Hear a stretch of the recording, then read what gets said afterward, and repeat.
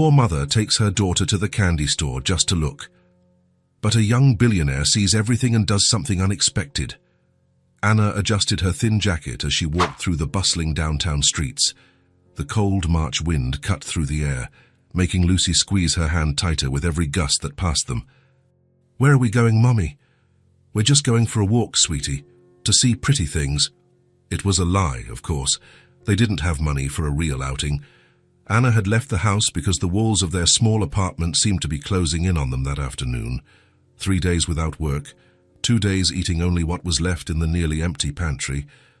Lucy didn't know any of this, and Anna made sure to keep it that way.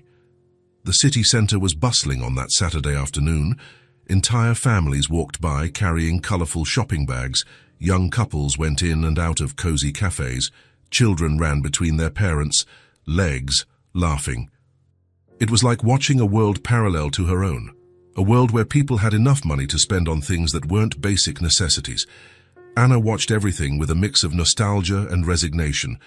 She had been part of that world once, a long time ago, when she still lived with her parents and her biggest problem was deciding what outfit to wear to go out with her friends. "Mommy, look!" Lucy pointed to a colourful storefront ahead of them. "What a beautiful shop!" The Sweet Dreams Bakery occupied the busiest corner of Fifth Avenue.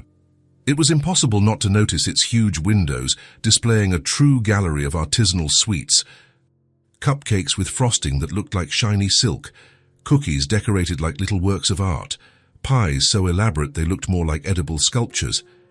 Anna hesitated for a moment. She knew exactly what would happen. Lucy would want to go inside. She would ask for something. And Anna would have to break her daughter's heart once again with the cruel reality of their financial limitations. But the little girl's blue eyes were already shining with that typical childhood wonder. Can we get a closer look? How could she say no to that look? They walked slowly to the main display window. The shop radiated warmth and coziness, with golden lights that made every sweet look even more appetizing. Lucy pressed her 2 small hands against the clean glass, leaving prints that would soon turn into fog.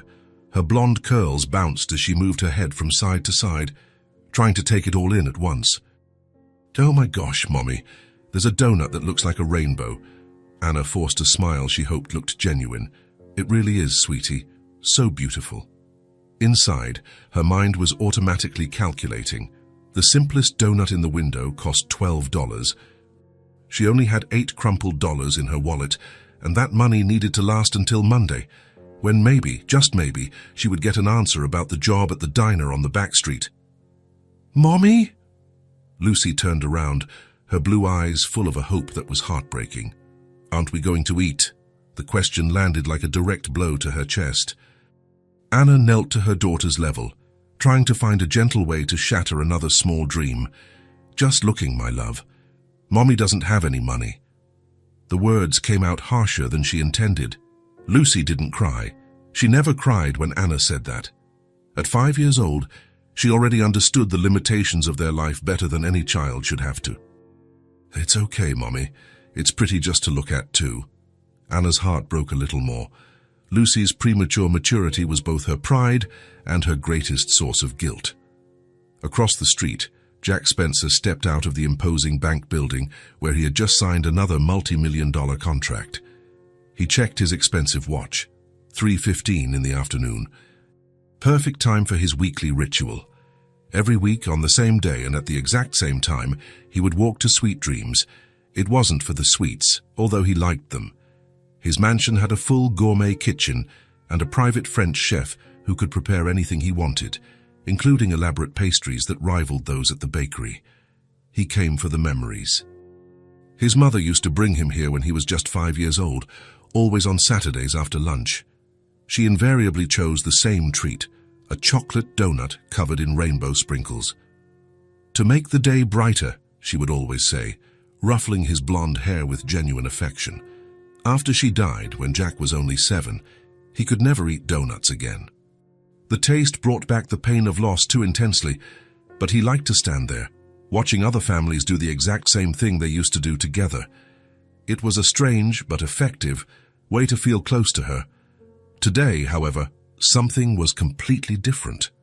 A young woman was crouched in front of the window, talking quietly to a little girl. Both had blonde hair that shone in the afternoon light. Both had that unmistakable air of people who were just looking, definitely not buying. The woman looked to be about his age, maybe a few years younger. She wore simple but impeccably clean clothes, and there was something in her posture that radiated dignity, even in what was clearly a difficult financial situation. The little girl, in turn, had the exact same golden curls as her mother, and a little face that radiated pure curiosity. She gestured excitedly as she pointed to the different sweets, as if describing precious treasures to an explorer. Jack crossed the street without much thought. He usually avoided any interaction with strangers, preferring to keep his private life separate from casual encounters. But something about the scene touched him in a way he couldn't rationally explain. When he got close enough, he could hear the end of the conversation between the mother and daughter. "Just looking, my love. Mommy doesn't have any money." The brutal and painful honesty of the phrase hit him like a lightning bolt. He immediately remembered his own childhood, when money was never even an issue, but genuine affection was always a scarce commodity in the cold house where he grew up. Here was the exact opposite: plenty of real love, but clearly limited financial resources. "Excuse me for interrupting." His voice came out softer and gentler than usual. "I couldn't help but overhear. Did you know that sweets really do brighten up your life?" Anna stood up quickly, an instinctive maternal move to protect Lucy. Jack immediately noticed the defensive reaction and deliberately kept a respectful distance. "Today, you are my guests. You can choose exactly what you want. We don't need charity," Anna replied, but without any aggression in her voice, just a dignified firmness. "I know perfectly well you don't." Jack smiled, and for the first time in many years, the smile was completely genuine. "But I would really like to do this. It's just, my mother used to bring me here when I was little. It's been a long time since I've seen a child so completely enchanted by this window." Lucy looked up at the tall man with evident curiosity. He had blonde hair, slightly messed up by the afternoon wind, and blue eyes that seemed genuinely kind. He wore an obviously expensive coat, but he didn't seem to have that typical arrogance of the rich she occasionally saw on television. "Mommy, can I accept?" Anna studied the stranger for a few more seconds. Her maternal instinct was on high alert, but he really didn't seem to have any ill intentions. And Lucy? When was the last time Lucy had gotten something just because, without it being her birthday or Christmas? "If you're absolutely sure..." "I'm completely sure." Lucy practically ran back to the window and pointed without the slightest hesitation. "That one, the one that looks like a real rainbow." It was a donut, covered in creamy white frosting and vibrant rainbow sprinkles, exactly identical to the one his mother used to buy for him all those years ago.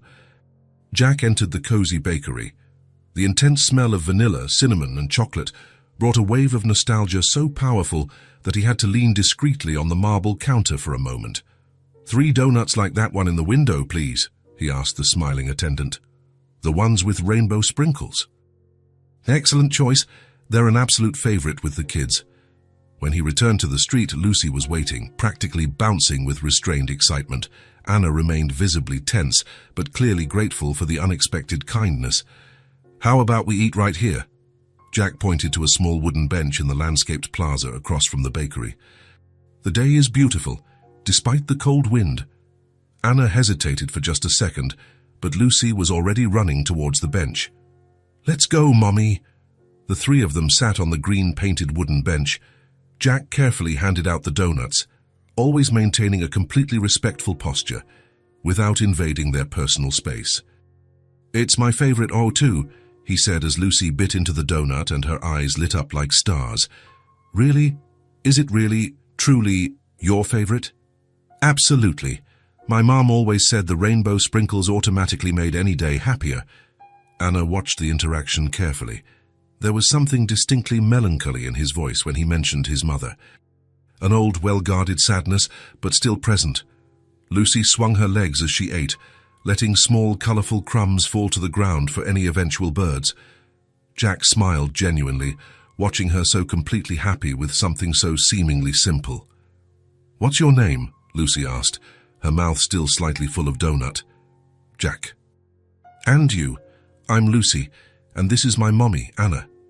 It's a great pleasure to meet you both, Lucy and Anna. They ate in a comfortable silence for a few minutes.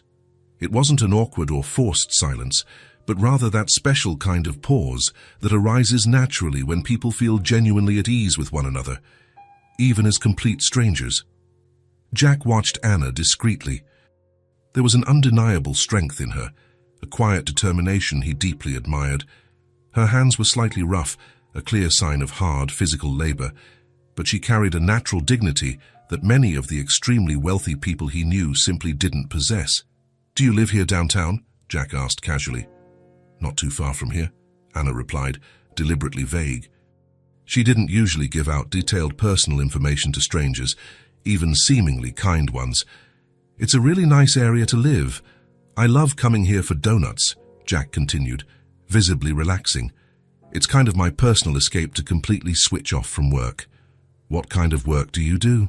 Lucy asked with the absolute curiosity typical of children. "So I'm an engineer. I build big buildings, bridges, huge things." "Wow, it must be so cool to build giant things." Jack smiled. "It's interesting, but sometimes it gets pretty heavy and stressful.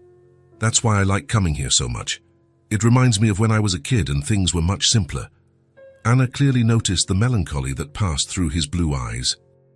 There was definitely more of a complex story there than he was letting on. "And you two, what do you like to do together?" Jack asked with genuine interest. "We really like to walk and look at pretty windows," Lucy answered cheerfully. "And sometimes we go to the park when it's sunny and not too cold." "Parks are really great. That must be a lot of fun." "It is. There are ducks there, and I really like watching them swim in the pond." Jack's expensive phone vibrated softly. He glanced quickly at the screen and frowned slightly. "I'm so sorry, but I have to go. I have an unavoidable appointment." Lucy made an obvious face of disappointment. "Already? But we were having so much fun." "I was having a great time too. It's been a long time since I've had such a genuinely pleasant afternoon." Jack stood up slowly, adjusting his expensive coat. "Thank you so much," Anna said, standing up as well, "for the kindness, the donuts, for everything, really." "Thank you so much, Jack." Lucy stood up quickly and waved with genuine enthusiasm. Jack waved back, a completely sincere smile lighting up his face. "Thank you too. You really made my day much, much better." He walked away with deliberately slow steps, as if he genuinely didn't want to leave, until he finally disappeared completely into the bustling downtown crowd. Mother and daughter stood still for a long moment, carefully processing what had just happened. "He was really nice, wasn't he, Mommy?" "Yes, he was." "Do you think we'll ever see him again?" Anna looked thoughtfully in the direction Jack had disappeared. There was something about him, a sadness carefully disguised as kindness, a deep loneliness masked by apparent success. "I don't know, sweetie. It's a big world. He seems like a cartoon character, and but a real one." Anna smiled at the unique comment. Her daughter always had a completely original way of describing situations. They began to walk slowly back home. The sweet taste still lingered pleasantly in their mouths, and Anna found herself thinking insistently about the kind stranger who had turned a completely ordinary day into something definitely special. There was something in the specific way he looked at Lucy, as if he saw in her something precious that he had lost a long time ago. And there was something in the particular way he looked at her too, not with condescending pity, but with genuine recognition, as if he truly understood what it meant to carry enormous responsibilities completely alone. The wind remained sharp and cold, but somehow, mysteriously, the rest of the way home felt significantly warmer. Anna took a deep breath before pushing open the glass door of the clothing store. It was her 6th attempt that morning, and nervousness had already given way to a desperate determination. 2 months. 2 months since the diner where she worked had suddenly closed its doors. 2 months of watching her savings disappear, and 3 weeks since she had to pull Lucy out of school. "I can't afford it anymore, sweetie," she had explained, swallowing her tears. "But it's just for a little while." Lucy had just nodded, always so mature for a 5-year-old. "Good morning. I saw you're hiring," Anna said to the saleswoman. The woman sized her up quickly. Do you have experience? 5 years as a waitress? I've always had a good relationship with customers. Resume? Anna felt her stomach tighten. I don't have an official one, but I can explain. I can't evaluate you without a resume. Sorry. The conversation died there. Anna left with her cheeks burning. It wasn't anger. It was humiliation mixed with desperation. Lucy was at home right now, probably flipping through the few books they had, pretending she didn't miss her friends from school. The coffee shop on the corner had a sign, "Help Wanted." Anna went in, trying to look confident. Looking for a job? Great, we're in need, the manager said. For a second, Anna felt a glimmer of hope. I have customer service experience. Perfect. Where's your resume? The hope died instantly. I don't have a formal document. What do you mean? Everyone has a resume. Anna tried to explain, but the man was already shaking his head. No documents, no deal. Sorry. The pharmacy, the shoe store, the small market, always the same story. Anna began to feel invisible, as if she wore a sign that screamed "rejected" to every employer. At the electronics store, the salesman was blunt. No resume? How old are you? 15. Anna left trembling with anger and shame. With every closed door, she thought of Lucy. The girl who should be in school learning math, which she loved. Instead, she was cooped up at home because her mother couldn't even get a basic job. The bakery was the last attempt. The owner was at least kind. Look, dear, I believe you're capable, but right now I need someone with everything in order on paper, you understand? Anna understood. She understood that living outside the formal system had consequences. She understood that Lucy was paying for her choices. She left the bakery late in the afternoon, exhausted and defeated. With each rejection, she felt like she was failing as a mother. Lucy needed to go back to school. She needed stability, and Anna couldn't provide even the basics. That's when she bumped into someone on Fifth Avenue. Sorry, Anna. She looked up.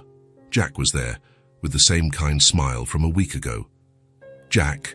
Her voice came out tired. What a coincidence. How are you? And Lucy? She's fine. Jack noticed something different. The dignity was still there, but there was a deep exhaustion. You look tired. Is everything okay? Anna thought about lying, but something in his genuine concern made the truth slip out. A rough day looking for work.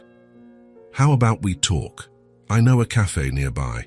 Anna hesitated. She had no money, and Lucy was home alone. My treat, Jack said softly, and we can be quick if you're worried about Lucy. The cafe was small and cozy. Jack chose a secluded table.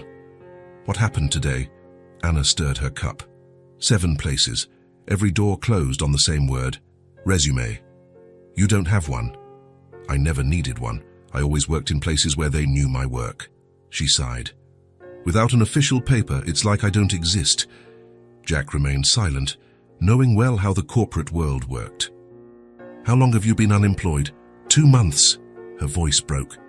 Lucy had to leave school. Jack felt as if he'd been punched. Anna, I can't pay for it. She loved to study, especially math. Anna swallowed her tears. She's a brilliant child, and I can't even give her an education. It's temporary. That's what I tell her and myself. But with each passing day, Anna shook her head. Today a guy treated me like I was a teenager for not having a resume. Some people are cruel when they feel superior. Anna looked at him. You say that like you know. I do. I grew up where appearances mattered more than substance, where your worth was measured by what you owned. And now I know it's empty. Jack faced her. I had everything, except real friendship. In you two, I saw something I can't find anywhere else. Truth. The sincerity caught Anna off guard. She studied his face and looking for falsehood, but found only honesty. Why are you telling me this? Because you were real with me from the first moment. Lucy looked at me as a person, not a bank account. You maintained your dignity even when you needed help. Anna felt something stir in her chest. It had been a long time since someone had seen her as a person. You don't know me.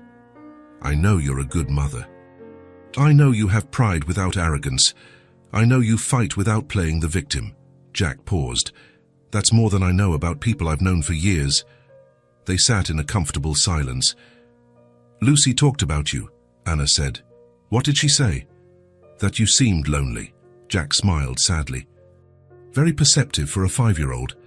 That's what happens when you learn to observe early on, when you don't have distractions like school. The pain in her voice was evident. And what do you read in me? Anna studied him. Someone who has everything money can buy, but nothing that truly matters. Jack was struck by the accuracy. Brutal, but true. Sorry for being blunt. Don't be, it's exactly that truth I can't find in my circle. Anna checked the time. I need to get back. Lucy's alone. Of course, Jack called the waiter. Can I ask you something? You can. Would you accept help making a resume? Anna tensed up. I don't need. It's not charity. It's navigating an unfair system. You have the experience, but you just need to format it correctly. Anna thought of the closed doors, of Lucy without school. Why would you do that? Because you offered me something rare. I want to return the favor. What did we offer? A genuine connection, a real conversation, the feeling that not everything is superficial. Anna stood up, grabbing her bag. I'll think about it. That's all I can ask.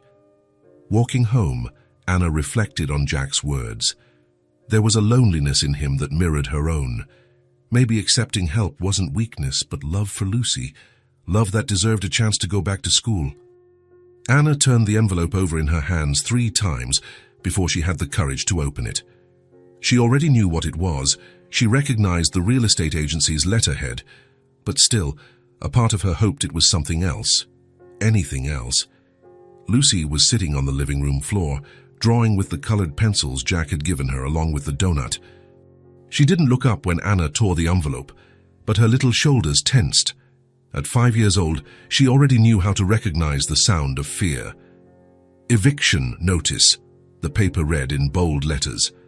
Deadline to vacate, 48 hours. Anna read it twice, as if the words might change on the second reading. 48 hours.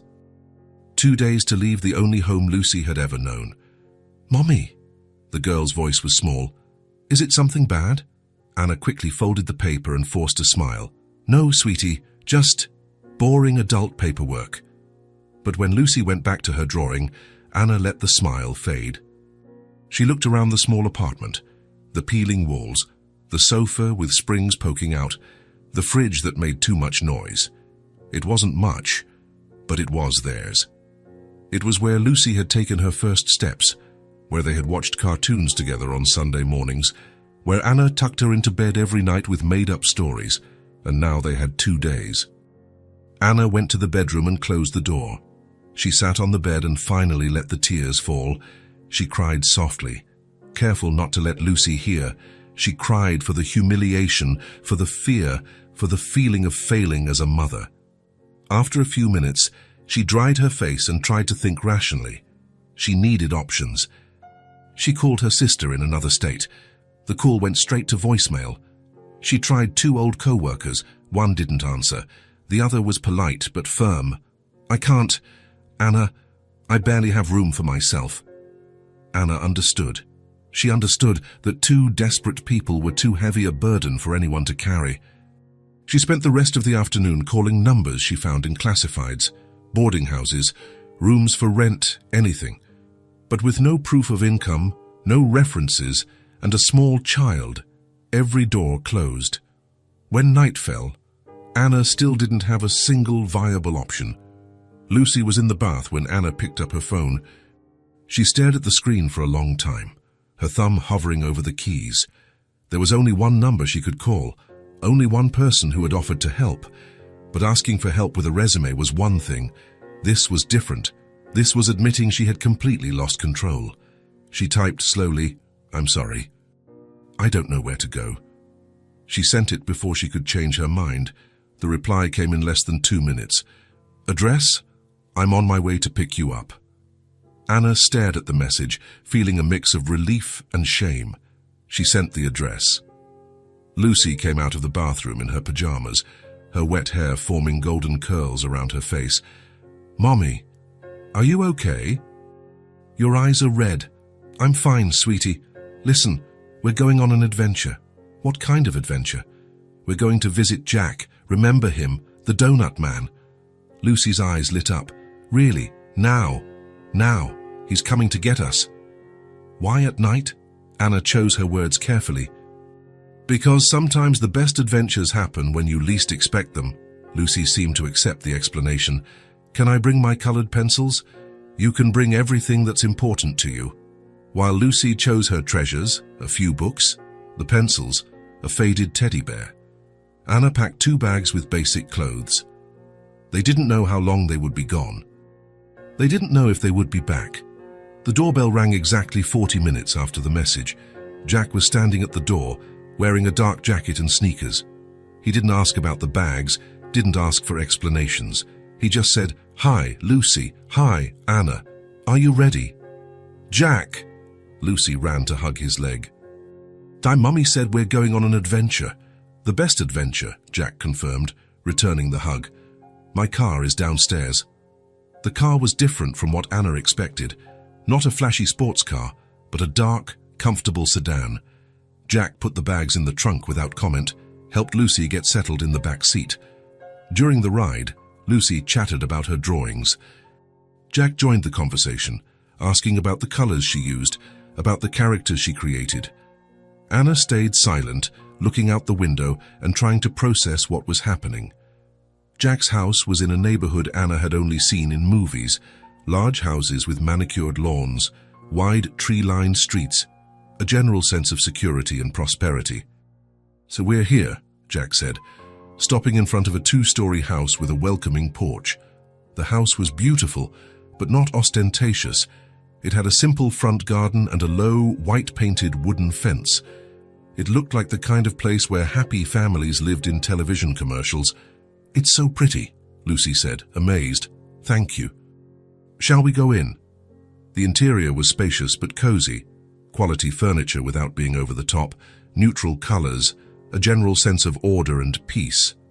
Anna noticed that everything was impeccably clean, but in a way that suggested professional care, not personal use. "Lucy, would you like to see your room?" Jack asked. "My room?" "Well, the room where you'll be staying. It has a bed just for you and a window that looks out onto the backyard." Lucy looked at Anna, asking for permission. Anna nodded. The room was perfect for a child. A twin bed with a light blue comforter, a small desk, empty shelves waiting for books and toys. The window really did look out onto a backyard, with a large tree that would be perfect for bird watching. "Can I put my drawings on the wall?" Lucy asked. "Of course, Aunt, this is your home now." Anna felt her eyes well up with tears again, but this time they weren't tears of despair. After Lucy settled in, Jack showed Anna her room, a simple but comfortable room with its own bathroom. Anna placed her bag in the corner and turned to Jack. "I don't know how to thank you." "You don't have to." "Yes, I do. You don't even know what happened, why we're here." "It doesn't matter," Jack interrupted gently. "Stay as long as you need. It's safe here." The simplicity of the sentence broke something inside Anna. How long had it been since she felt safe? How long had it been since she had someone who said, "It doesn't matter" to her problems? For how long? "For as long as you need," Jack repeated. "Weeks, months. There's no rush." That first night, Anna could barely sleep. She lay in the comfortable bed, listening to the sounds of the house. The refrigerator humming quietly, Lucy breathing peacefully in the next room, Jack moving carefully around the house trying not to make noise. It was so different from the apartment, where she always slept with one ear open for strange noises, where the thin walls let every sound from the neighbors pass through. Here it was, quiet, safe. The next morning, Anna woke up to the smell of coffee and something baking. She went down to the kitchen and found Jack making pancakes while Lucy, still in her pajamas, was helping him measure ingredients. "Mommy, Jack is making pancakes. He said I can help." "I hope you don't mind," Jack said. "I woke up early and thought I'd make breakfast." "You didn't have to." "I wanted to." During breakfast, a natural conversation about their routine emerged. Jack had to leave for work but would be back for lunch. There was food in the fridge. Lucy could play in the garden. They should make themselves at home. "I can help with anything," Anna offered. "Cleaning, cooking? It's not required." "I know, but I want to help," Jack nodded. "If you want, but no pressure." After Jack left, Anna began to explore the house more carefully. It was too big for one person. 3 bedrooms, 2 bathrooms, a living room that was clearly unused, a kitchen that could accommodate an entire family. But it was an organized loneliness. Everything in its place, nothing too personal. It was as if Jack lived like a guest in his own home. Anna started slowly. She reorganized some kitchen cabinets, folded clothes that were in the laundry basket, wiped surfaces that were already clean, not because she had to, but because the activity helped her process the situation. Lucy explored the garden, found a forgotten doll in a corner of the room, began to transform the space into her own territory. When Jack returned for lunch, he found Anna in the kitchen making sandwiches and Lucy in the living room, drawing on the coffee table. "You look at home," he said, and there was something in his tone, surprise, perhaps relief. "I hope we're not intruding." "You're not. It's nice to have life in here." During lunch, Lucy told him about her exploration of the garden, about the doll she had found. Jack explained that the doll had belonged to a cousin who used to visit when he was a child. "Can she stay with me?" Lucy asked. "Of course. I think she was waiting for you." After lunch, Jack went back to work. Anna continued to organize and creating little routines. She folded the towels in a different way, rearranged the spices alphabetically, put flowers from the garden in a vase on the living room table. Small changes. Personal touches that didn't invade us but warmed. Lucy made a drawing of the house and put it on the refrigerator. She organized her books on the shelf in her room. She asked Anna to hang some of her drawings on the wall. When Jack arrived at the end of the afternoon, the house was different. Not visibly different, but there was a new energy.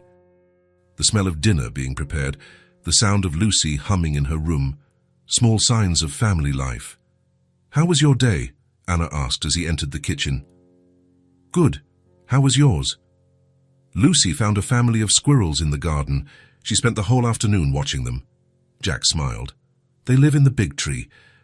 I always wondered if anyone else noticed them." During dinner, Lucy told stories about the squirrels as if they were characters from a book. Jack listened with genuine attention, asked questions, laughed at the girls' funny observations. Anna watched the interaction, noticing how Jack transformed in Lucy's presence. The tension in his shoulders relaxed. His smile became natural. His eyes lost that distant quality they had when he was alone. After dinner, Lucy asked to show Jack her new drawings.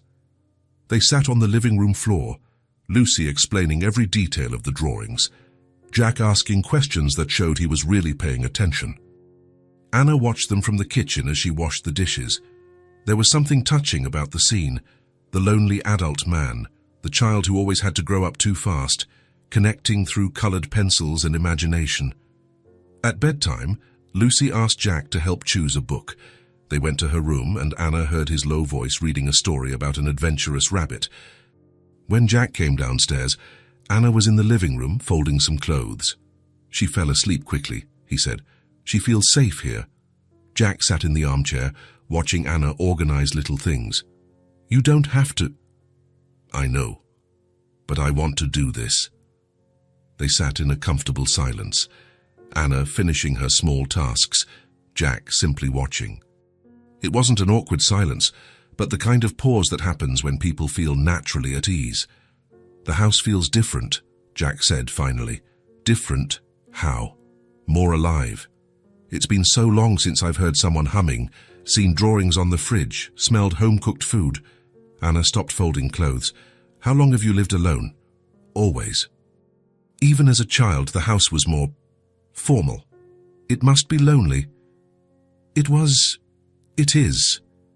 Jack looked around the room, noticing the small touches Anna had added during the day. Today, for the first time, it didn't feel like an empty house.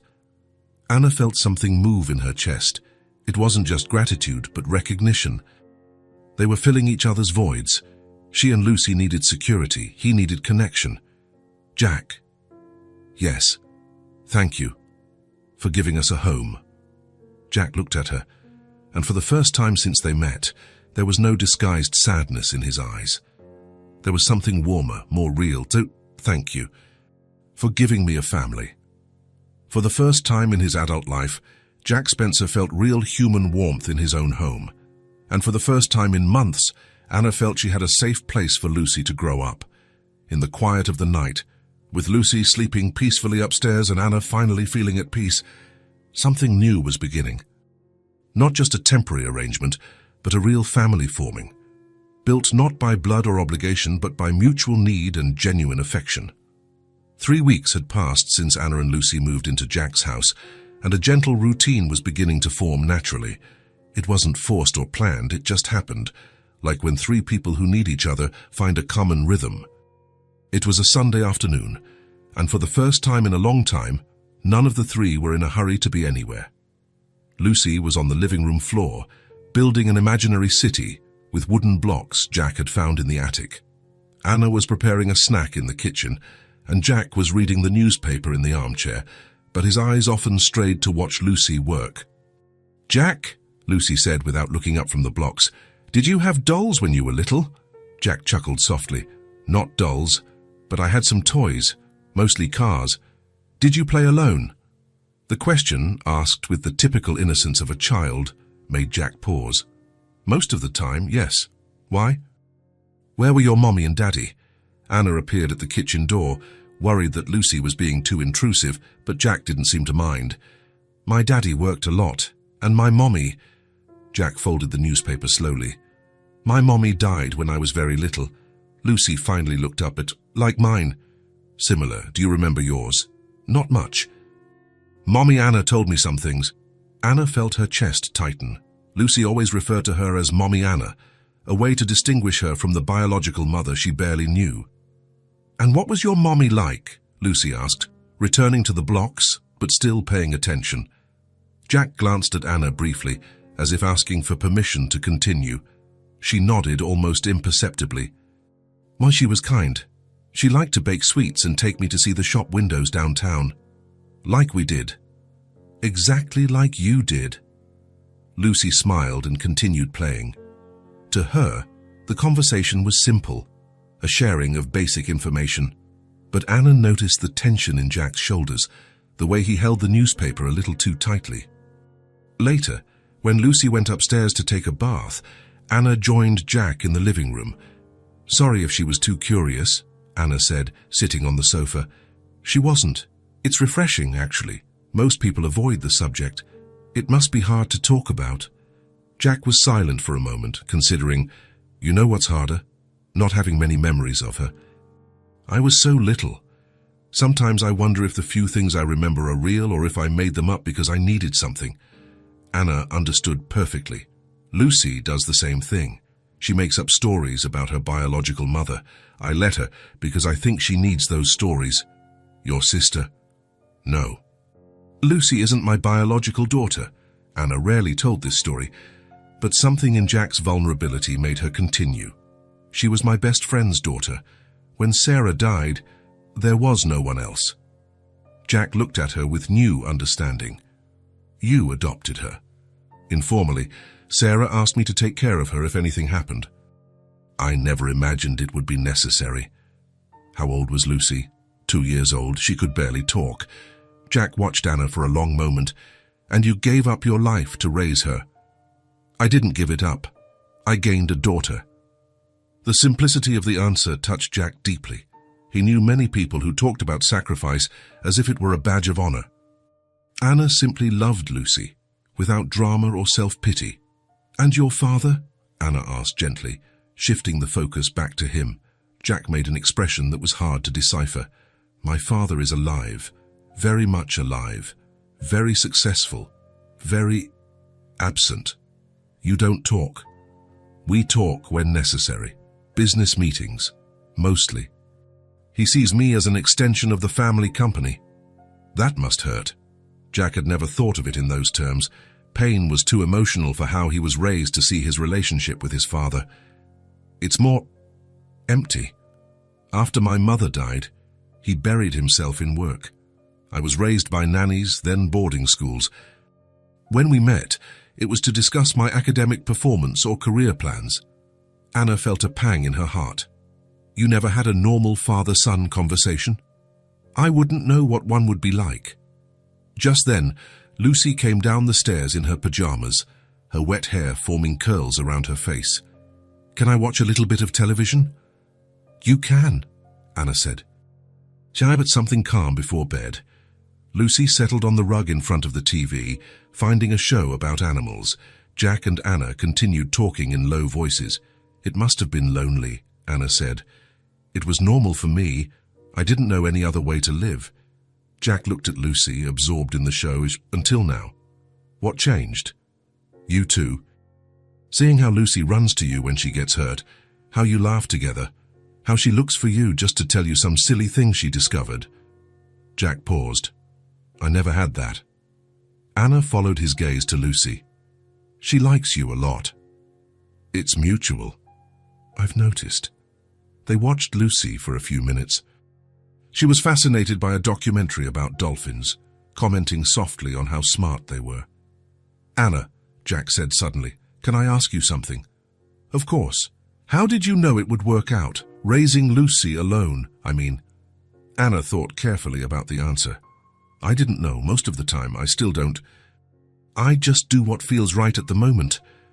And what if you're wrong? I am wrong a lot, but Lucy is resilient, and I try to learn. Jack was amazed by her honesty. In his world, people pretended to have all the answers. Mommy Anna, Lucy called from the front of the TV, did you know that dolphins have names? I didn't know that. What do you mean? Each dolphin has a special sound that's just its own, like it's its name. How interesting. Lucy turned on the rug to face them. I miss school. The comment dropped like a stone in the middle of the conversation. Anna felt her stomach clench, the guilt she carried daily for not being able to keep Lucy in school. I know, sweetie, Anna said softly. Especially math. It was my favorite subject. Jack straightened up in the armchair, suddenly interested. Math, really? Uh-huh. I liked counting and doing little problems. The teacher said I was good with numbers. Jack's eyes lit up in a way Anna had never seen before. That's why I became an engineer. I've always loved numbers. Lucy turned her whole body to face him. You like math? I love it. I use math every day in my job. To build buildings? Exactly. I need to calculate how much weight each beam can hold, what the best angle for stairs is, how many materials we'll need. Lucy was fascinated. That must be fun. It is. Want me to show you some tricks with numbers? Lucy practically jumped with excitement. Can I? Jack looked at Anna, asking for permission. She nodded, curious to see where this would lead. Jack got up and went to the kitchen, returning with a handful of bottle caps Anna had set aside for recycling and some pencils. Let's play some game, he said, sitting on the floor next to Lucy. Anna watched them from the kitchen doorway, pretending to organize things, but actually completely absorbed in the scene. First, Jack said, let's see if you can make equal groups. He spread 15 bottle caps on the floor. Can you divide these caps into groups that have the same number? Lucy began to separate the caps, her brow furrowed in concentration. I can make 3 groups of 5. Perfect. And how many other ways can you divide them? Lucy tried again. 5 groups of 3. Excellent. You understand division? Lucy beamed with pride. Tice, that's what I did in school. Jack continued to create little problems with the bottle caps. Simple addition, subtraction, patterns. Every correct answer from Lucy was genuinely celebrated, every difficulty patiently explained. Anna watched them for almost an hour. Something magical was happening, not just Lucy learning, but Jack transforming. The tension he always carried in his shoulders disappeared when he was teaching. His eyes sparkled, his voice became more animated, his gestures more expressive, and Lucy was radiant. It had been weeks since Anna had seen her so engaged, so clearly happy. Now I'm going to teach you something special, Jack said, picking up a pencil. It's called the Fibonacci sequence. Fibonacci. Lucy tried to repeat. That's right.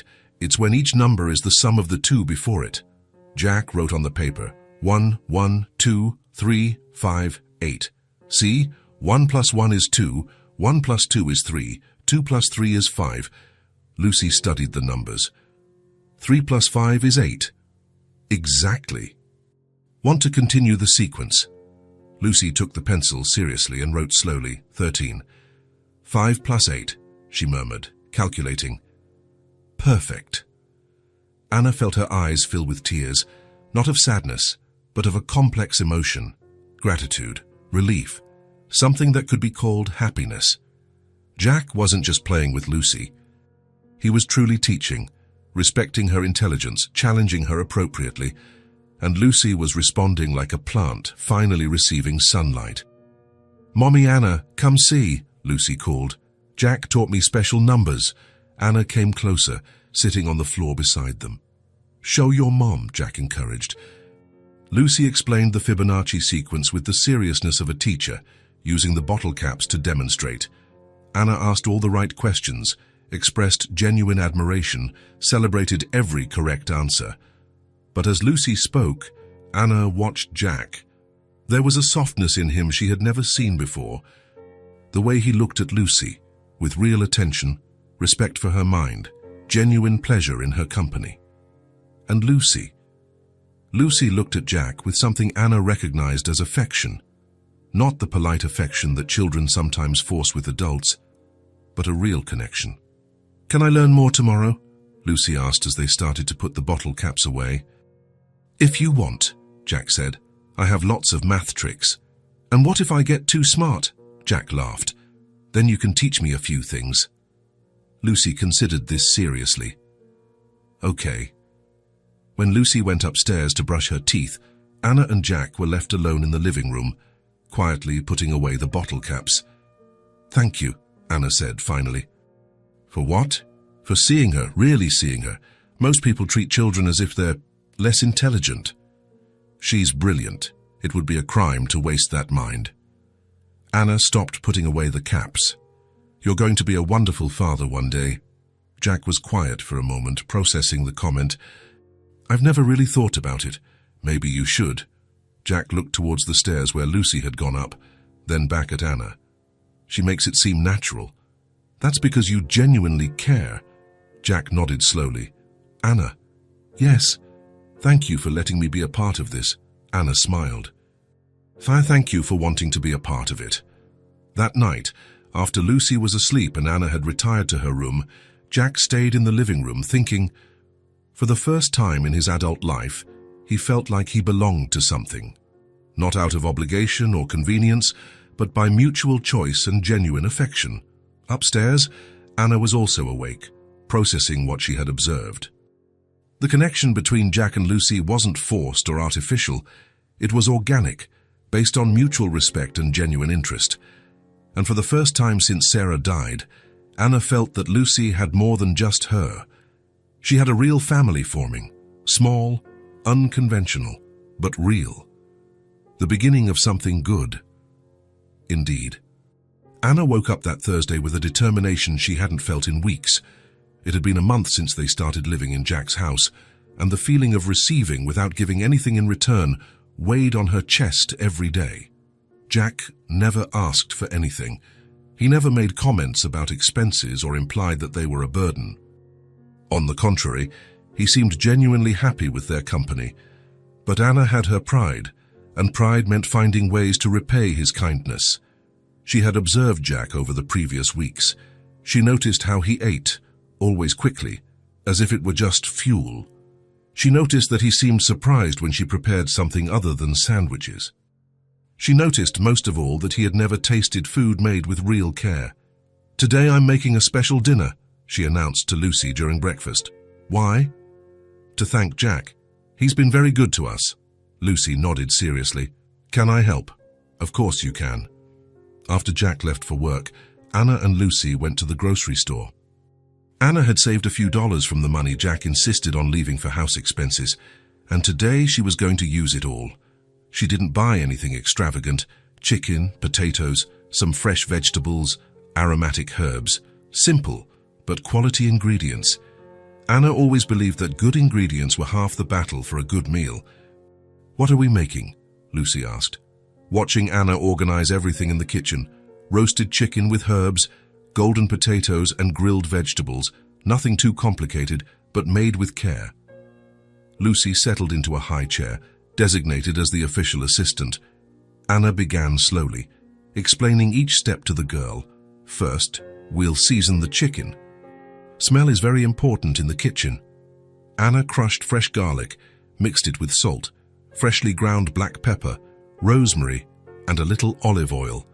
The aroma immediately filled the kitchen. "It smells like Grandma's house," Lucy commented, although she had never met either of her grandmothers. "It's the smell of food made with love," Anna explained, massaging the seasoning into the chicken skin. While the chicken roasted, Anna prepared the potatoes. She cut them into uniform pieces, seasoned them with coarse salt and fresh herbs, and let them brown in the oven with the chicken. "Why are you such a good cook?" Lucy asked, watching Anna chop the vegetables with precise movements. "I learned out of necessity. When I started working in restaurants, I watched the cooks. I paid attention to everything, how they cut, how they seasoned, how they combined flavors." "You worked in a restaurant?" "In several, mostly as a waitress. But I always stayed in the kitchen when I could, learning." Anna was grilling the vegetables when a memory took her back. She remembered her first jobs, when she barely knew how to fry an egg. She remembered how she watched the chefs with admiration, how she memorized techniques, how she practiced at home with cheap ingredients. "I never thought I'd use this like this," she murmured to herself. "What?" "Nothing, sweetie. Just thinking." The aroma coming from the oven was extraordinary, rich, welcoming, homemade. Lucy kept walking around the kitchen, inhaling deeply. "Will Jack like it?" "I hope so." In truth, Anna was nervous. Cooking for Jack felt more important than it should. She wanted to impress him, but she didn't know why. Maybe it was gratitude, maybe it was pride, or maybe it was something more complicated she didn't want to analyze. Jack arrived at his usual time, 6:30.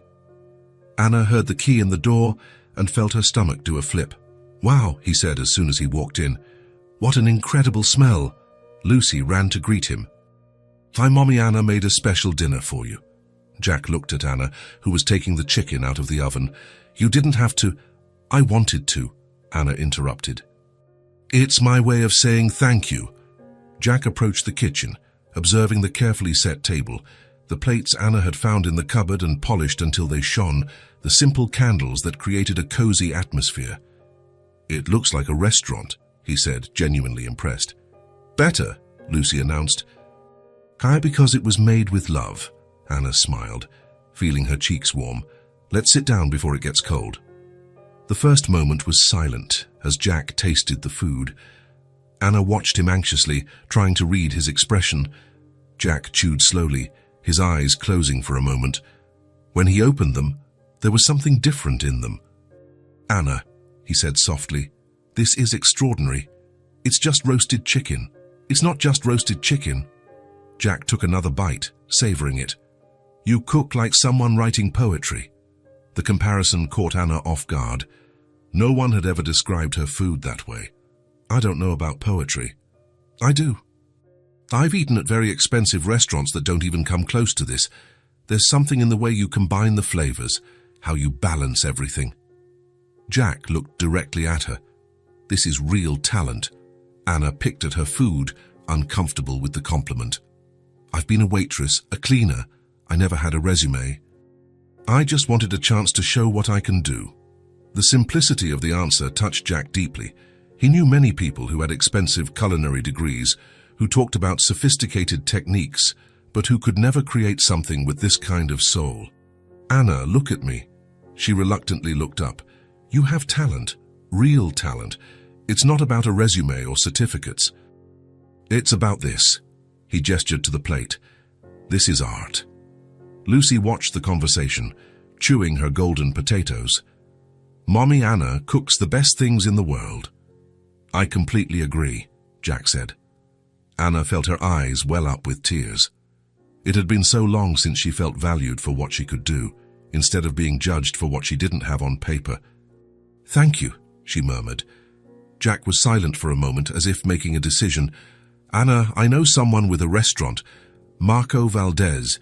He has a small place downtown, Italian food, very respected. He needs someone like you. Anna stopped eating.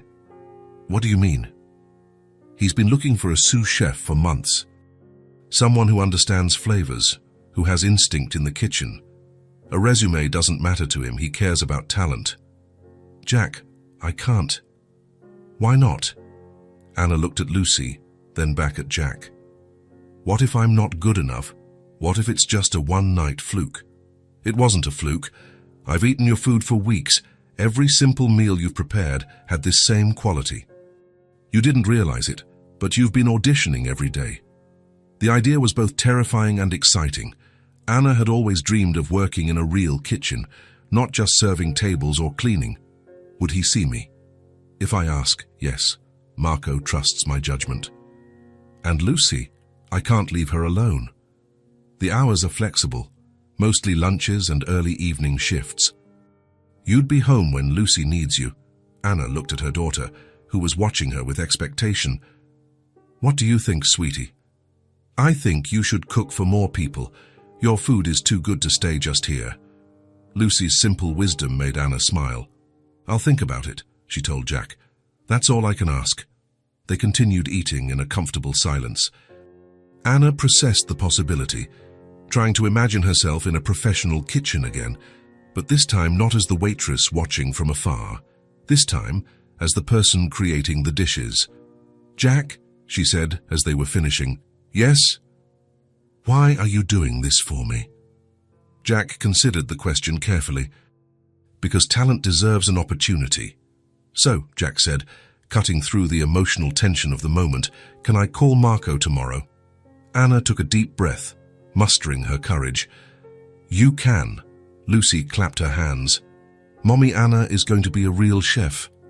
She already is a real chef, Jack corrected. Think she's just going to have the kitchen she deserves. That night, as Anna washed the dishes and Jack dried, she allowed herself to dream. She imagined herself creating new dishes, experimenting with flavor combinations, finally using all the knowledge she had absorbed over the years.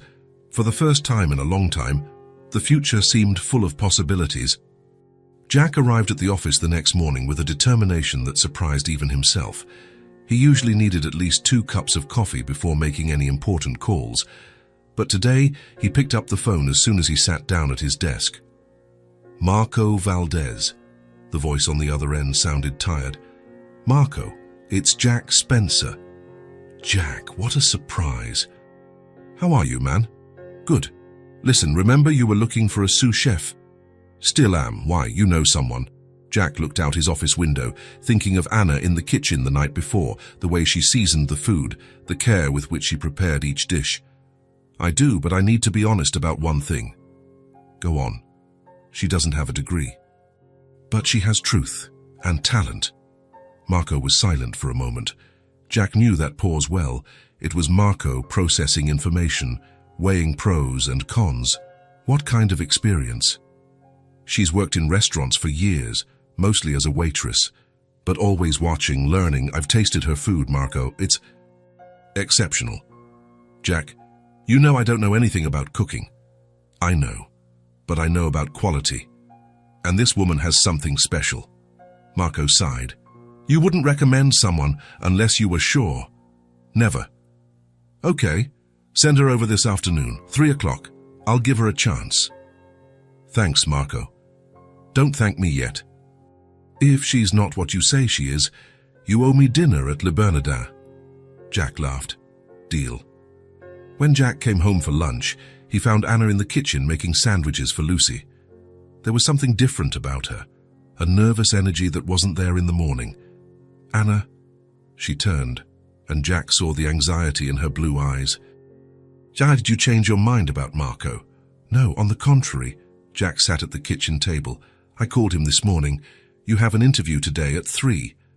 Anna dropped the knife she was using to slice tomatoes. Today? But I'm not ready. You've been ready for years, you just didn't know it.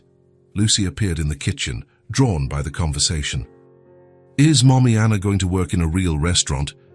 If all goes well, Jack said. Anna sat heavily in a chair. What if I don't know how to answer the questions? What if he asks me to do something I don't know how to do? Then you be honest.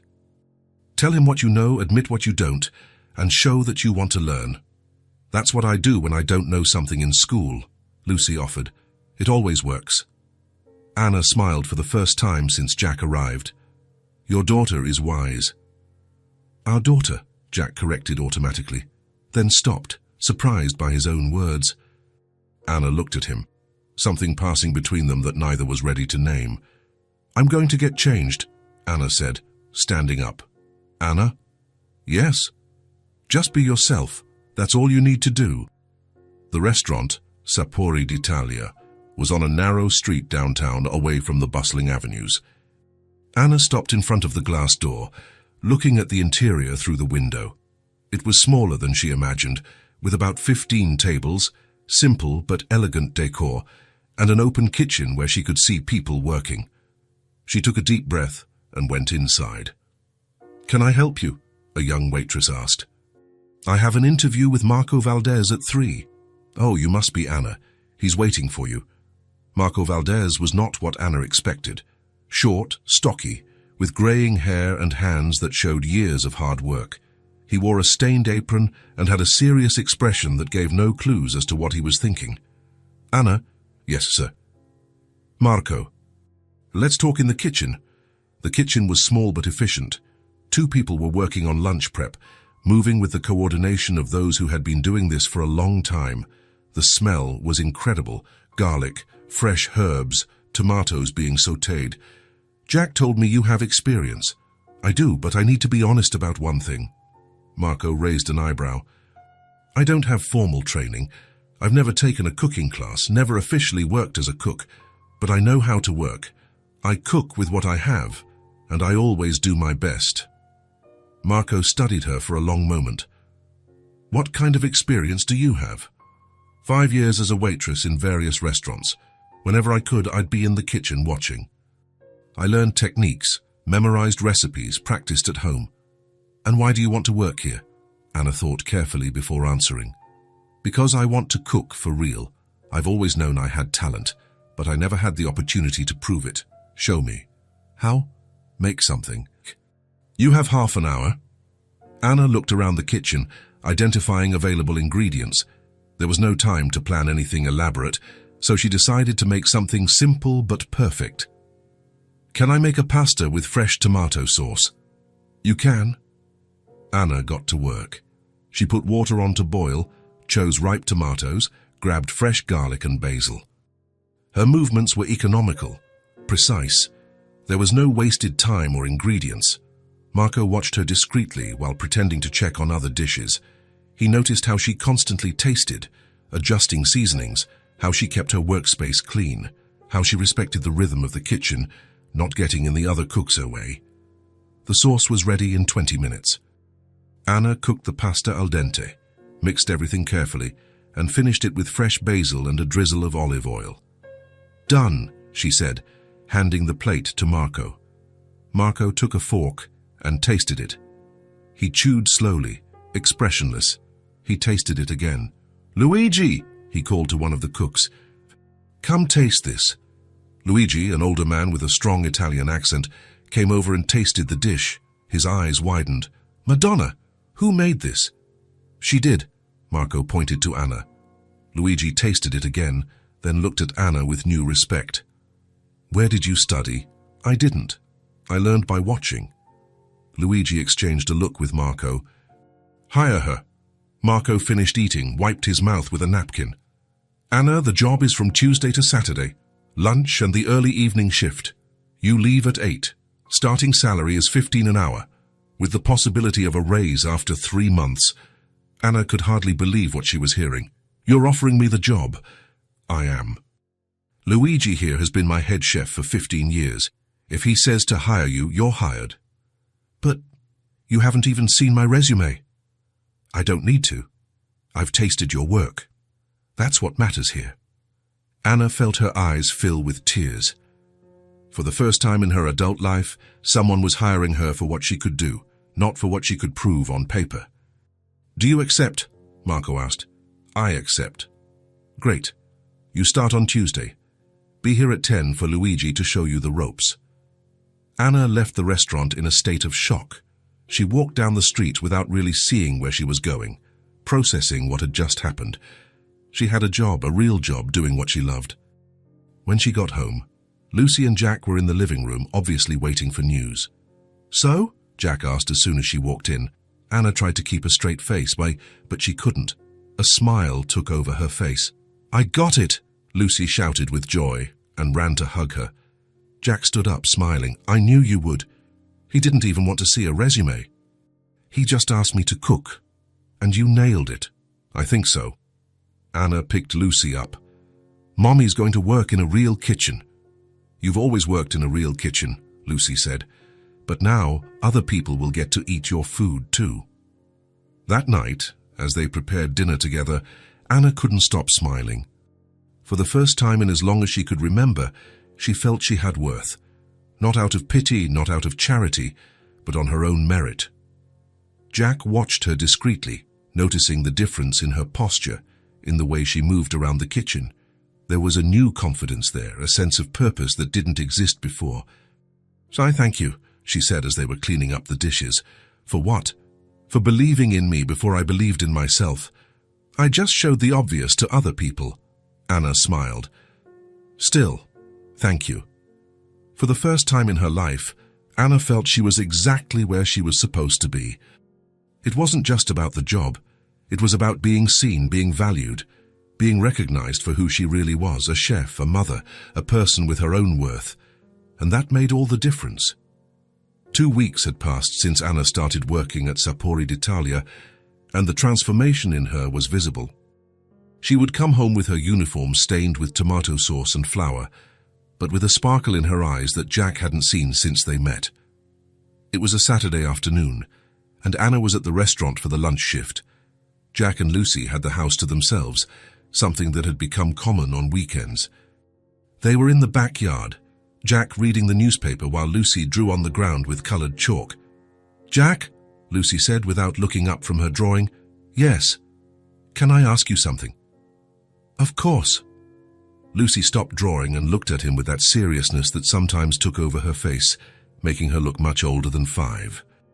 "Are you going to be my friend forever?" The question caught Jack off guard. He folded the newspaper slowly, giving her his full attention. "Why do you ask?" "Because sometimes people go away, and I don't want you to go away." Jack felt something tighten in his chest. Lucy spoke with the simplicity of a child, but there was a vulnerability there that came from real experience with loss. "Lucy, look at me." She turned completely, setting the chalk aside. Jack smiled with a tenderness that surprised even himself. "If you want me to..." "Forever, even if we don't live here anymore, even then, even if I grow up and become an adult, especially then." Lucy smiled, a radiant smile that lit up her whole face. "Then you're my real family, and you're mine." Lucy went back to her drawing, seemingly satisfied with the answer. Jack watched her work, processing the conversation. When did this little girl become so important to him? Anna came home at 4 in the afternoon, as always on Saturdays. Jack heard her come in the front door, but she didn't appear in the kitchen immediately as usual. "Mommy Anna!" Lucy shouted, running to greet her. Jack found them in the living room. Anna was still in her uniform. Black pants, a stained white shirt, her blonde hair pulled back in a messy bun. But there was something different about her, an energy, a vitality that wasn't there before. "How was your day?" Jack asked. Anna sat on the sofa, pulling Lucy onto her lap. "Incredible. Luigi let me prepare the fresh pasta by myself today, and 3 customers sent compliments to the kitchen." "Compliments?" An elderly couple said my lasagna reminded them of their Italian grandmother. Another customer asked who had made the marinara sauce because it was perfect. Jack smiled at her excitement. And how did you feel? Anna was quiet for a moment, gathering her thoughts. It's been a long time since I felt like I was part of something. Thank you for seeing me. The gratitude in her voice touched Jack deeply. You were always visible, Anna. You just needed the right place to shine. That night, after Lucy went to sleep, Anna and Jack stayed in the living room talking about her work, about the new dishes she was learning. Jack, Anna said suddenly, I need to tell you something. Go ahead. I'm looking for a place to rent. Jack felt as if he had been punched in the gut. Why? Because now I have an income. I can support Lucy on my own again. But you're fine here. There's space. Lucy is happy. And that's why I need to leave, Anna interrupted gently. Because we're too comfortable. Lucy is getting used to this, and so am I. It's not fair to you. Jack was silent, processing. Logically, he understood Anna's reasoning. She wanted independence. But emotionally, the idea of the house being empty again was unbearable. Have you found a place? There's a small studio a few blocks from here. One room, a kitchenette, a bathroom. It's perfect for the two of us. And Lucy, what does she think? I haven't told her yet. I wanted to talk to you first. Jack nodded slowly. When? The landlord said I can move in at the end of the week. 1 week. Jack tried to imagine the house in 1 week, without Lucy running down the stairs in the morning, without Anna humming in the kitchen. Can I help with the move? Anna smiled sadly. I'd like that. The next few days passed in a strange mix of normalcy and melancholy. Lucy reacted to the news of the move better than Anna expected. Are we going to have our own little house? We are. A tiny one, but ours. And can Jack visit? Anna looked at Jack. If he wants to. Whenever you want, Jack said quickly. Lucy seemed satisfied with the arrangements. To her, at 5 years old, changes were adventures, not losses. Moving day arrived on a sunny Saturday. Anna didn't have many things. Some clothes, books, Lucy's toys and drawings. Everything fit in Jack's car in 2 trips. The studio was on the 2nd floor of an old but well-maintained building. It was small, as Anna had said, but clean and well lit. It's perfect, Anna said, looking around. Jack helped arrange the furniture, while Lucy explored every corner of the new space. He worked slowly, unconsciously postponing the moment he had to leave. When everything was set up, the 3 of them stood in the middle of the room, none of them knowing quite how to say goodbye. Jack, Lucy said suddenly, wait here. She ran to one of the boxes and came back with a folded piece of paper. I made this for you. Jack carefully unfolded the paper. It was a drawing of him, Anna, and Lucy holding hands in front of a house. Above the figures, in a child's whimsical handwriting, it said, You are my friend forever. Jack stared at the drawing for a long time, feeling his eyes well up with tears. This is the most beautiful gift I've ever received, he said, his voice thick with emotion. Lucy ran and hugged him tightly. Don't forget us. Never. Anna approached hesitantly. For a moment, Jack thought she was going to extend her hand for a formal handshake.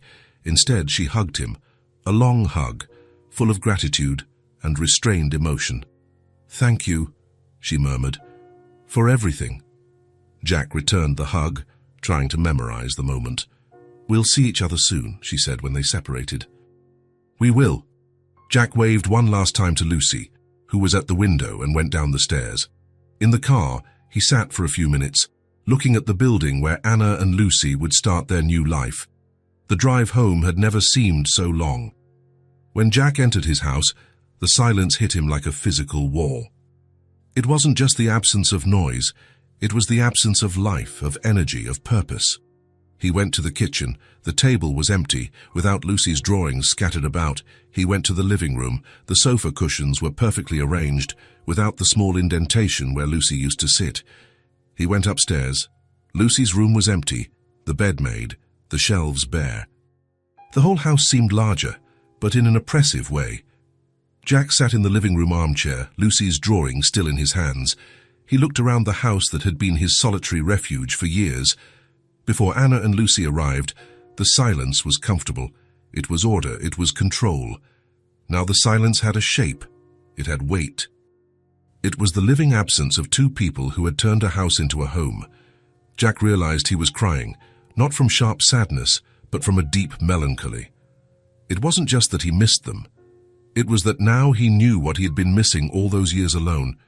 He knew what it was to wake up to the sound of little footsteps upstairs. He knew what it was to come home and find someone waiting. He knew what it was to feel needed, not for his money or status, but simply for existing. He knew what family was, and now he also knew what it was to lose it. The phone rang, breaking the silence. Jack looked at the screen. Anna. Hello? Jack. It's me. I just wanted... Lucy wanted to wish you good night. Of course. Lucy's excited voice came through the phone. Good night, Jack. Mommy Anna made pasta in our little kitchen. That's great, Lucy. Sleep well. I will. You too. Anna came back on the line. Jack, I'm here. Thank you for everything. Really? Thank you. After he hung up, Jack held the phone, looking around the silent house. Tomorrow would be Sunday. Normally on Sundays, they made pancakes together. Lucy would help measure ingredients. Anna would laugh at the kitchen mishaps. Tomorrow he would wake up alone. Jack looked at Lucy's drawing again. You are my friend forever, the sentence read in a child's crooked letters. Forever, even from a distance, even in separate houses, even with the silence weighing down the empty house. For the first time in his adult life, Jack Spencer completely understood what he had gained and lost.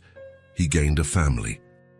He lost the loneliness that he didn't know was painful until he knew the alternative, and now he would have to learn to live with the living absence, knowing exactly what was missing. But at least he knew he wasn't really alone. He had a drawing as a gift, a goodnight phone call, and the promise of a 5-year-old girl. Maybe it was enough. It was Sunday morning, and Jack was sitting at the kitchen table with a cup of coffee slowly growing cold in his hands. 3 weeks had passed since Anna and Lucy moved to the studio, and Sundays had become the hardest days. During the week, work kept his mind busy. Meetings, projects, the familiar routine of the office filled the hours. But on Sundays, when there were no emergencies or appointments, the silence of the house became deafening. Jack looked around the kitchen. Everything was exactly as it had always been before Anna and Lucy arrived. Clean, organized, empty. The refrigerator had no drawings attached with colorful magnets.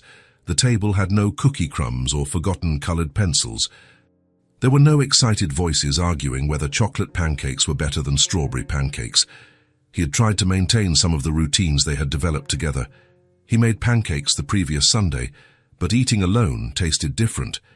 He tried watching the cartoons Lucy liked, but without her enthusiastic commentary and endless questions, the shows seemed dull. Jack picked up the phone a few times, thinking about calling them, but he always hesitated. Anna had been clear about wanting independence, about proving she could take care of Lucy on her own. He didn't want to seem intrusive or needy. He got up and went to the living room, where Lucy's drawing was framed on the coffee table. "You are my friend forever," read the sentence in childish letters. Jack smiled sadly, tracing the lines with his finger. He sat in the armchair and picked up the Sunday paper, trying to concentrate on the news. But the words blurred on the page, and he found himself wondering what Anna and Lucy were doing at that moment. Maybe having breakfast at the small table in their studio. Maybe Lucy was drawing while Anna read a book. The silence was broken by the familiar sound of a known car's engine stopping in front of the house. Jack frowned. He wasn't expecting anyone. He went to the front window and felt his heart race. It was Anna getting out of a taxi, with Lucy by her side. Jack ran to the door. Getting there at almost the same moment, the doorbell rang. He opened it before the second ring. Lucy was standing on the doorstep, wearing a light blue dress he didn't recognize, and holding a piece of paper in her small hands. Her blonde curls shone in the morning sun, and there was a mischievous smile on her face. "So we came to see you," she shouted, dropping the paper and running to hug his legs. Jack knelt down to her level, returning the hug with an intensity that surprised him. Lucy, what a great surprise. Over the girl's head, Jack looked at Anna. She was standing a few steps back, her hands in her jacket pockets, a soft smile on her face. "She wanted to see you." And Anna paused, as if organizing her words. And I did too. The simple admission made something unravel in Jack's chest. Come in, please. I was just missing you. Lucy let go of Jack and ran inside the house, as if she had never left. Wow, it smells good. Did you make coffee? I did. Would you like to have breakfast with me? Yes, Lucy answered immediately. We don't want to bother you, Anna began. You never bother me. Anna smiled, and Jack noticed she looked different. There was a lightness about her that hadn't been there in the last weeks they lived together, as if a weight had been lifted from her shoulders. Then I accept, she said. In the kitchen, Jack prepared fresh coffee while Lucy settled into her favorite chair, chattering excitedly about life in the new studio. Mommy Anna let me help organize the cupboards, and there's a giant window in our room where you can see the tree on the street. That's great. And how is it living with just the two of you? It's fun. It's like having a real dollhouse. Everything is tiny and cozy. Jack served coffee for Anna and orange juice for Lucy, sitting down at the table with them. For a moment, it was as if they had never been apart. The conversation flowed naturally. Lucy chattered about everything and nothing. Anna laughed at her daughter's comments. And work? Jack asked Anna. How's it going? Very well. Luigi promoted me to assistant cook last week. A pay raise and everything. Congratulations, you deserve it. She makes the most delicious pasta in the world, Lucy added. Everyone at the restaurant likes her. Anna blushed slightly. Lucy exaggerates. I do not, Lucy protested. It's true. After breakfast, Lucy asked to see her old room. She ran up the stairs, leaving Jack and Anna alone in the kitchen. She seems happy, Jack observed, watching Anna put the cups away.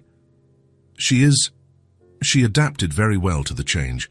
Sometimes I think she adapts better than I do. And you? How are you feeling? Anna dried her hands on a dish towel, thinking about the answer. Good. It's strange, but good. I'm proud that I can support her on my own again. You should be. But Anna hesitated. But I miss it here. I miss you two together. I miss this. She gestured vaguely at the kitchen, at the domestic normality they were sharing. Jack felt his chest warm. I miss it too, a lot.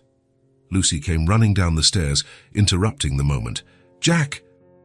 My room is still the same. You didn't move anything. I left everything just as you had arranged it. Why? Jack looked at Anna, then back at Lucy. Because I always wanted you to know you could come back whenever you wanted. Really? Really? How about we sit on the porch? Anna suggested. The day is beautiful. They settled on the front porch, Jack in the rocking chair, Anna in the chair next to him, Lucy sitting on the floor playing with leaves that had fallen from the tree. The conversation flowed naturally, about Anna's work, about Jack's projects, about Lucy's daily discoveries. They talked about everything and nothing, just as they did when they lived together. Lucy is thinking about going back to school, Anna mentioned at one point. Really? Jack's spirits lifted. That's great. The public school in our new neighborhood has a very good program. And now that I have a stable income, she'll love going back to her studies. Especially math, Anna smiled. She won't stop talking about the games you taught her. Jack looked at Lucy, who was arranging leaves by size on the floor. I can keep helping if she wants. With homework, or just to have fun with numbers. She would love that. They sat in a comfortable silence for a few minutes, watching Lucy play, enjoying the gentle afternoon breeze. Jack, Anna said suddenly, can I ask you something?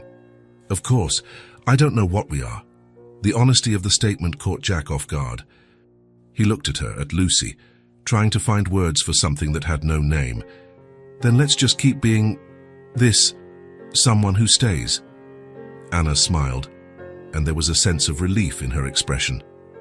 Someone who stays. I like that.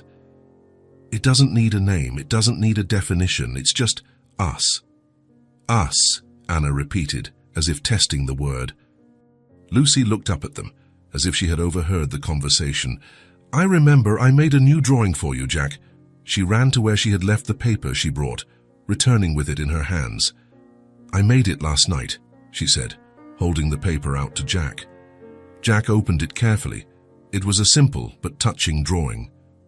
3 hearts of different sizes, one large, one medium, one small, connected by curved lines.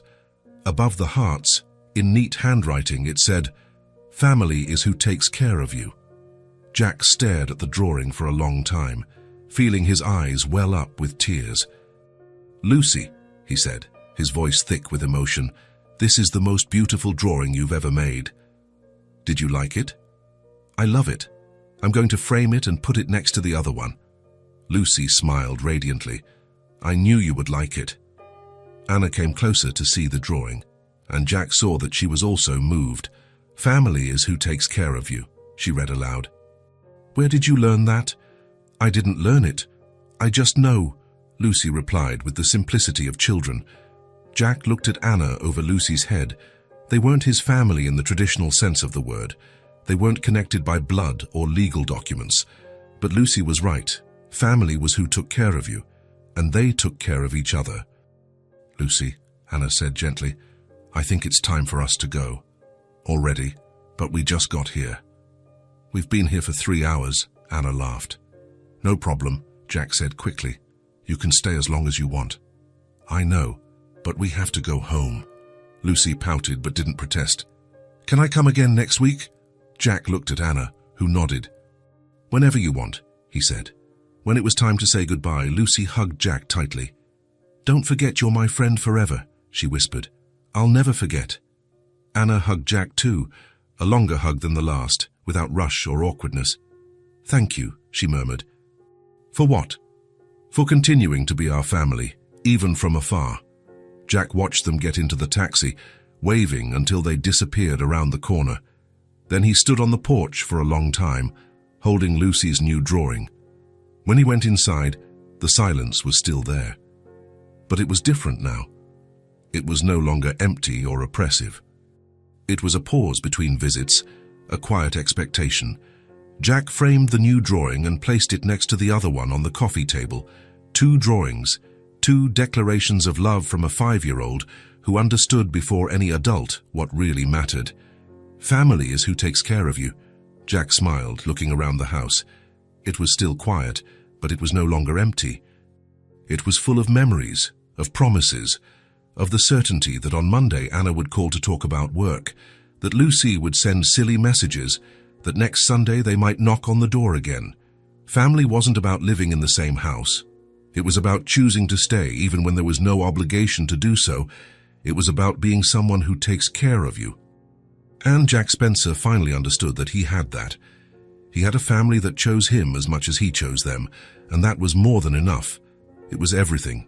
If this story touched your heart, subscribe to the channel and turn on notifications so you don't miss the next ones. Leave a like because it helps this story get recommended to more people. See you in the next story.